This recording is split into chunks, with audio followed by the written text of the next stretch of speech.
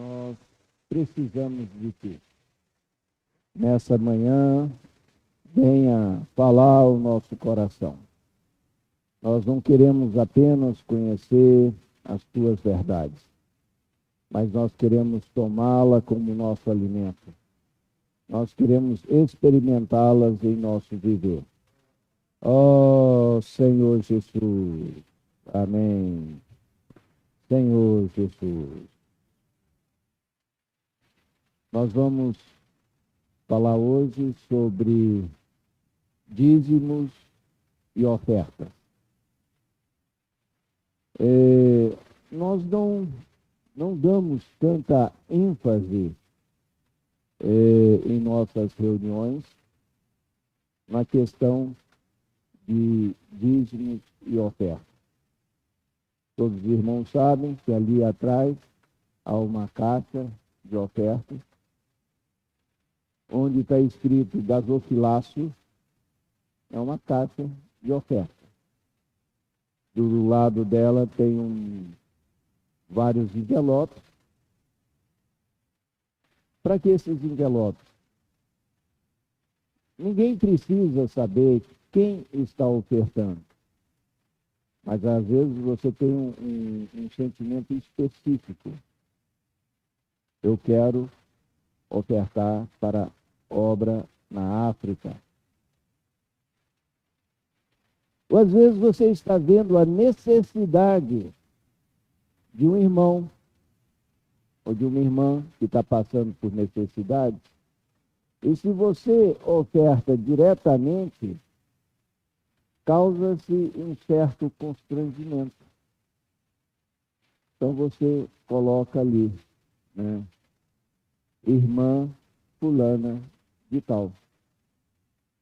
Por isso que está aqueles envelopes. Justamente para guardar o anonimato.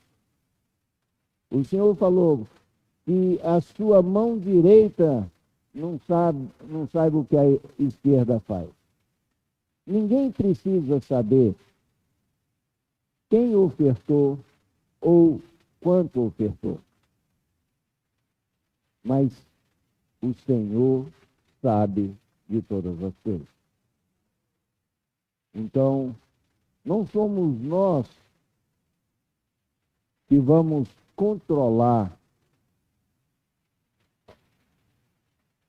as ofertas e os dízimos dos irmãos. Mas isso me enche de temor. Sabe por quê? Porque, às vezes, nós temos uma preocupação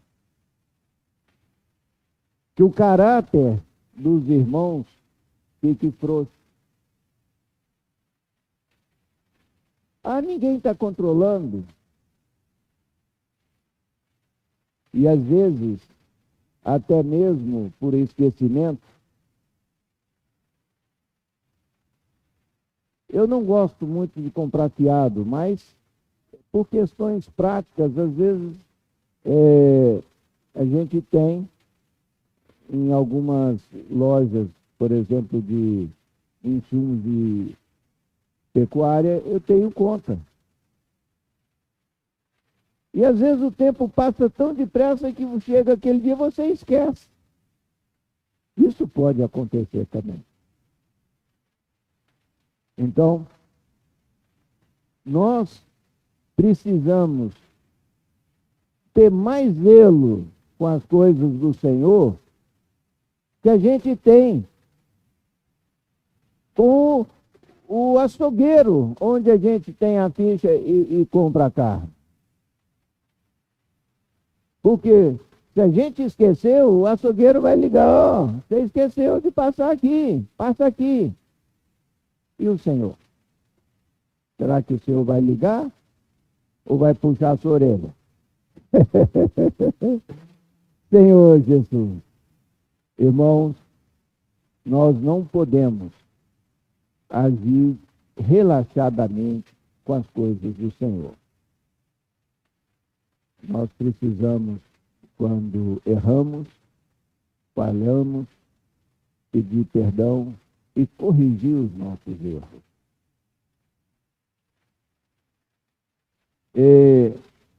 Nós temos visto essa semana que passou e veremos essa ainda a pessoa do apóstolo Paulo. Paulo era um perseguidor da igreja, mas ele, quando viu que quando perseguia aqueles que invocavam o nome do Senhor, ele estava perseguindo o próprio Senhor Jesus. Embora naquela visão ali no caminho de Damasco ele tenha ficado fisicamente cego, mas ele começou a ver coisas espirituais. E graças a Deus ele escreveu isso. E uma das características da igreja que ele registra em Efésios é que o relacionamento de Cristo e a igreja é o mesmo de marido e mulher. Ele está falando, grande é esse mistério. Está se referindo a um casal, mas ele fala, mas me refiro a Cristo e à igreja. Mas não foi o primeiro a fazer essa comparação. Nós vamos abrir em Isaías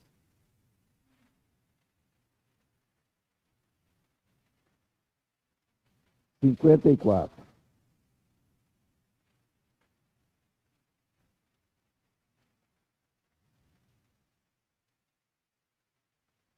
Cinquenta e quatro, 5.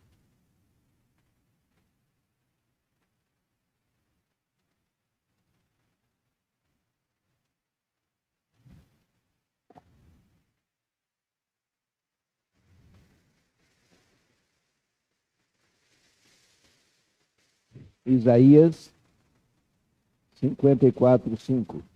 Porque o teu Criador é o teu marido, Senhor dos exércitos é o seu nome, o Santo de Israel é o teu Redentor. Amém. Irmão, imaginem só que vergonha para o marido a sua esposa chegar para o marido da outra e falar, meu vestido está muito estragado, eu quero um vestido novo. E pedir para o marido da outra. Constrangedor? Constrangedor para todos. E nós não tomamos posse dessa palavra. E muitas vezes, quando nós temos uma necessidade, a gente recorre à nossa força natural, à nossa experiência antiga, a amigos e parentes, mas esquecemos que a primeira pessoa que nós precisamos nos achegar é o nosso marido. E a primeira coisa é perguntar ao marido, convém isso? Convém aquilo? E aí, na comunhão. O que é, né, na comunhão? É na oração, ganharmos luz. Às vezes não é para aquele momento. Os irmãos mais velhos sabem que quando nós decidimos construir esse local, nós fizemos um voto que nós não iríamos pedir para nenhuma pessoa, exceto para o nosso marido. E que experiência gostosa ele deu. Ele nos supriu, né? E nós muitas vezes esquecemos dessas experiências. Por quê? Porque a pressão do mundo é muito grande. Nós precisamos saber que nós temos que depender do Senhor em tudo, inclusive no nosso sustento, porque a palavra é muito clara, nós temos que buscar a justiça do Senhor, o reino do Senhor, e Ele sabe qual é cada uma de nossas necessidades. Nós não estamos tratando com alguém alheio às nossas necessidades.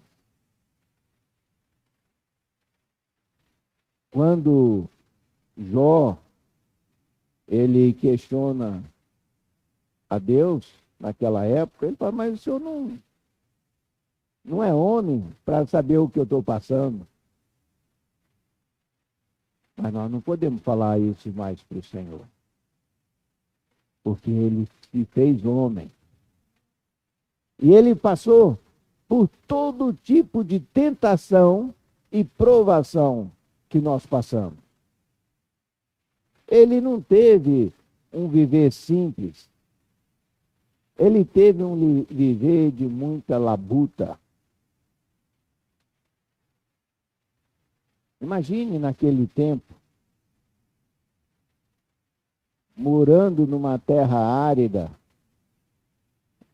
tinha que andar, e muitas vezes nem era a cavalo, era a pé. Vai andar por essas terras lá hoje. É muito chão. E eles tinham que andar a pé. Tinha que subir para Jerusalém a pé. Então, ele sabe o que é fome, ele sabe o que é sede, ele sabe o que é dor, o que é pressão, acusação, intrigas, mentiras. Irmãos, nós precisamos aprender a desfrutar da comunhão com o nosso marido, que é o Senhor. O Senhor é o nosso marido. Senhor Jesus. Não repara, eu estou sempre tomando um chá de hortelã porque minha garganta ainda não está boa. Mas fiquem tranquilos, não é Covid. Enfiaram um espeto no meu nariz, acho que mexeu até no cérebro. E falaram que eu não estou com Covid novamente. Senhor Jesus. Eu queria mostrar para os irmãos a questão do dízimos e das ofertas. Eu já vi muitos irmãos falarem, não, a questão do dízimo é questão da lei. Não, irmãos, o dízimo, ele precede a lei. Como assim? A lei foi dada a Moisés. Realmente, se você for na lei, lá está a questão do dízimo. Mas muito antes de Moisés, os patriarcas já dizimavam. Aí você vai perguntar para quem então o patriarca? Se o patriarca era a pessoa mais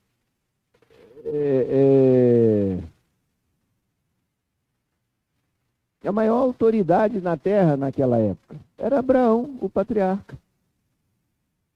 Mas quando a gente chega em Gênesis 14, nós vamos ver, né, que até Abraão,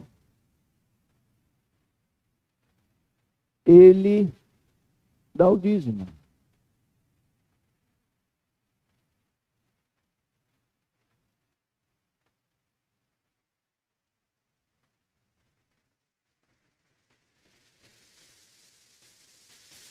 Vamos ler 14, Gênesis 14, a partir do 17.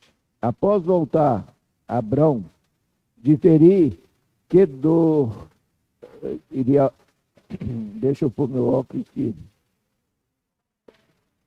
Quedorlaomé, e aos reis que estavam com ele, saiu-lhes ao encontro o rei de Sodoma, no vale de Savé, que é o vale do rei. Melquisedeque, rei de Salém, trouxe pão e vinho. Era sacerdote do Deus Altíssimo. Abençoou ele Abrão e disse: Bendito seja Abrão pelo Deus Altíssimo, que possui os céus e a terra. E bendito seja o Deus Altíssimo, que entregou os teus adversários nas tuas mãos. E de tudo lhe deu Abrão o dízimo. Nós sabemos que Melquisedeque era rei de Salém. É uma figura que representa o próprio Cristo. E Abraão recebe de Melquisedeque a bênção. A bênção que o seu pai não podia ter lhe dado, porque o pai dele era um idólatra. Então, Abraão é abençoado e lhe dá o dízimo. Nós sabemos que o Senhor Deus é o dono de todo o ouro e toda a prata. Ele não precisa de nossas ofertas. Ele não precisa de nossos dízimos. Mas ele procura adoradores que o adorem em espírito e em verdade. Só que nós vivemos, na maior parte do nosso tempo, no espírito, infelizmente, nem sempre. Então o Senhor está querendo nos aperfeiçoar. Ele sabe que a parte mais sensível do nosso corpo é o nosso bolso. Então eu falo, olha, eu vou fazer um teste com você.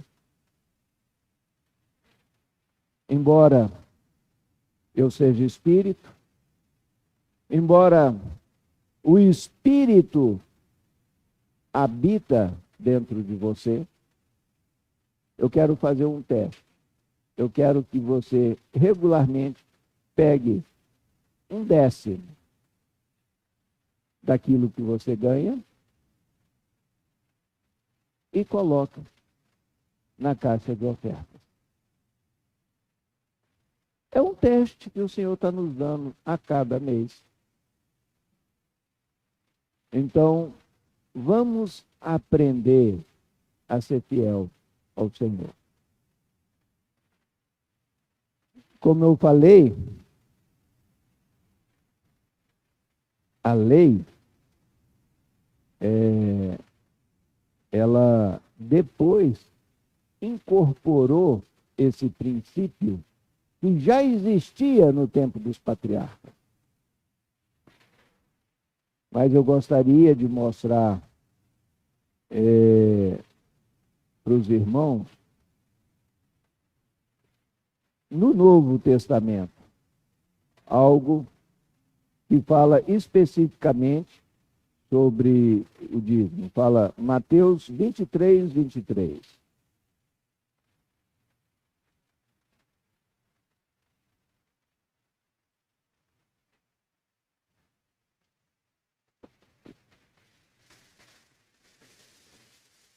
Aqui são um dos ais que o Senhor profere contra os escribas e fariseus da época.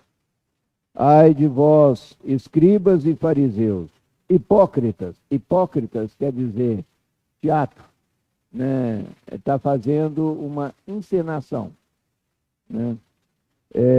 Ai de vós, escribas e fariseus hipócritas, porque dais o dízimo da hortelã, né, do endro e do cominho, e tendes negligenciado os preceitos mais importantes da lei, a justiça, a misericórdia, a fé. Devias, porém, fazer estas coisas. Que coisas? O dízimo, sem omitir aquelas. O que aqui são aquelas? A justiça. Porque Deus é um Deus de justiça. Misericórdia. Porque ele não terá misericórdia de quem não tiver misericórdia. A fé, porque sem fé é impossível agradar a Deus. Então, aqui o Senhor deixa claro. E olha só, aqui ele se refere ao dízimo de hortaliças que ele talvez plantasse no fundo da sua casa, mas produziu ali. Eu ficava impressionado. Nas ruas de Jerusalém, ali na Cidade Velha, sempre tinha uma velhinha que vendia hortelã. Esse hortelãzinho que a gente faz chá. Vendia os molhinhos. Os orientais, eles sabem das qualidades dos vários chás. E eles sempre têm um chá para você tomar. Então, ali, ele produzia o seu próprio chá, talvez, mas ele, de cada 10 molhos, ele dedicava um e levava para dar o dízimo. Mas estava negligenciando a justiça, a misericórdia e a fé. Viram como o Senhor é muito claro naquilo que vocês estão fazendo correto? Ótimo. Continue fazendo isso. Isso é agradável a Deus. Só que você está negligenciando coisas que são ainda mais importantes do que isso. E aí o Senhor, aqui ele deu um ai dos escribas e fariseus. Agora é um ai para nós. Vamos lá, Mateus 5:20. Vamos voltar atrás um pouco. Esse aí é para nós.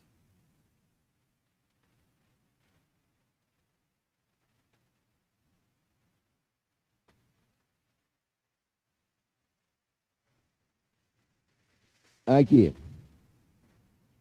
Porque vos digo, se a vossa justiça não exceder em muito a dos escribas e fariseus, jamais entrareis no reino dos céus. A gente às vezes gosta de olhar o aspecto negativo deles. Mas se nós temos hoje a Bíblia, agradeçamos os escribas, porque eles foram zelosos em traduzir, não traduzir, em copiar, né, a Bíblia. Eles tinham tanto zelo em traduzir que eles tinham fórmulas matemáticas para quando terminava de contar, de escrever um livro, eles sabiam, pelas anotações, quantas palavras tinha naquele livro, qual era a palavra do meio, né? E eles tinham um zelo em fazer todas essas correções para ver se não havia nada transcrito inadequadamente. Isso é errado? Não. O problema é que eles estavam buscando algumas coisas, e algumas coisas sendo muito zelosos e outros negligentes. Aí nós agora ficamos, gostamos de apontar os defeitos dele, mas nós esquecemos de ler uma palavra dessa de advertência para nós. Porque vos digo que se a vossa justiça não exceder um pouquinho, é em muito. Senhor Jesus, esse ai aqui, eu acho ele mais difícil do que o ai deles.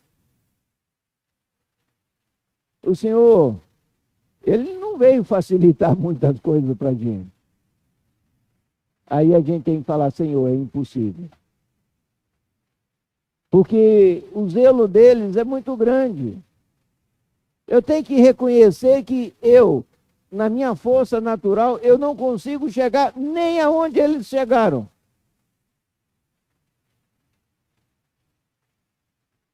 Qual é a saída?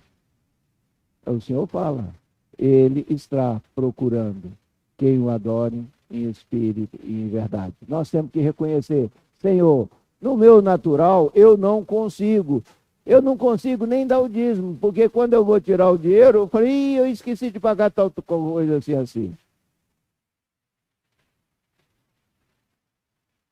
Por isso que quando eu recebo, eu já gosto de tirar logo, porque depois, se a gente deixar para tirar depois, aí é mais complicado. Então, quando eu recebo, eu já gosto de separar logo, para não ter o perigo de depois chegar e não deu, Senhor, e agora? Senhor Jesus.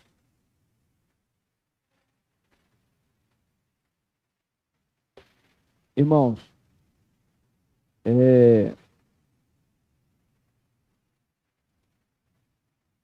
como eu falei, às vezes nós temos a preocupação de nós, como igreja, estarmos estragando o caráter de alguns irmãos. Porque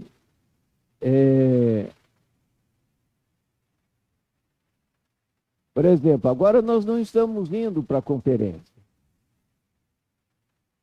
A igreja sempre teve a preocupação de facilitar ao máximo para que todos possam ir. E nós já vimos vezes que às vezes alguém chega e fala, não, mas eu não tenho condição. Fala, não, a igreja banca. Aí, de repente, a pessoa que não tem condição lá, chega e sai comprando tudo quanto é coisa lá, de sorvete, isso e aquilo. E às vezes aquele que deu um duro para pagar e pagou, não está tomando nada porque o dinheiro foi a conta certinha para pagar.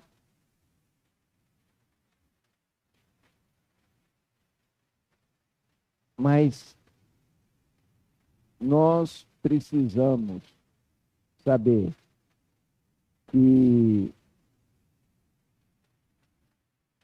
o dinheiro que é colocado no gasofilácio, ele é abençoado.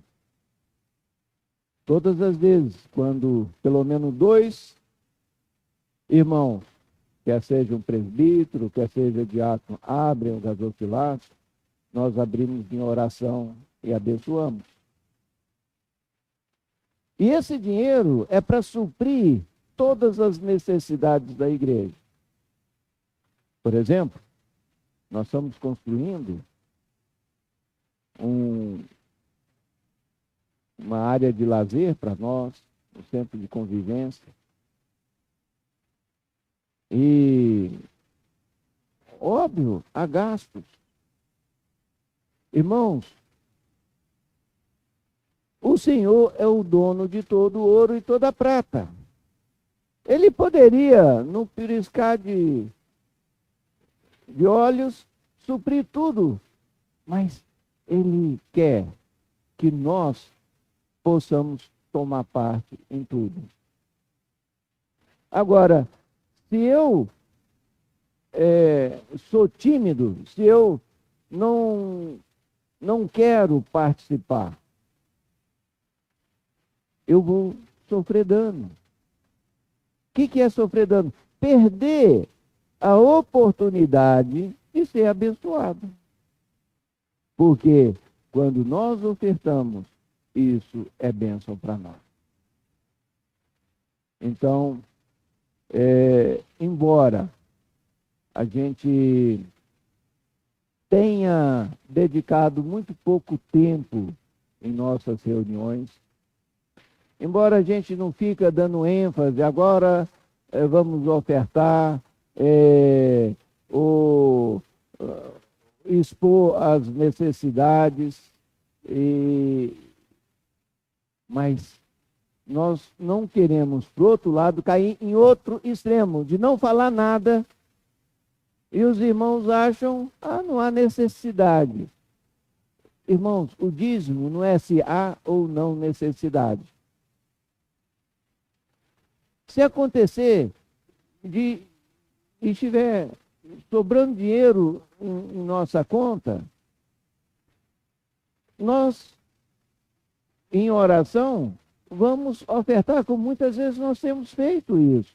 Ofertar para obra no exterior, ou para aquisição de veículos da obra, como muitas vezes já foi no passado, que a gente sempre busca ter parte em cada necessidade que os irmãos que estão à nossa frente colocam. Agora, se a igreja está precisando, eu vou ofertar. Se não está, eu não vou. Não. Esse não tem que ser o nosso sentimento. O nosso sentimento é: eu preciso exceder em muito a justiça dos escribas e fariseus, se eu quero entrar no reino do céu. E eu quero. Então, eu tenho que aprender a enfiar a mão no bolso, eu tenho que aprender a ser generoso com as coisas do Senhor. Eu espero que eu tenha ajudado os irmãos, e agora nós vamos abrir para que os irmãos possam estar compartilhando. Jesus é o Senhor.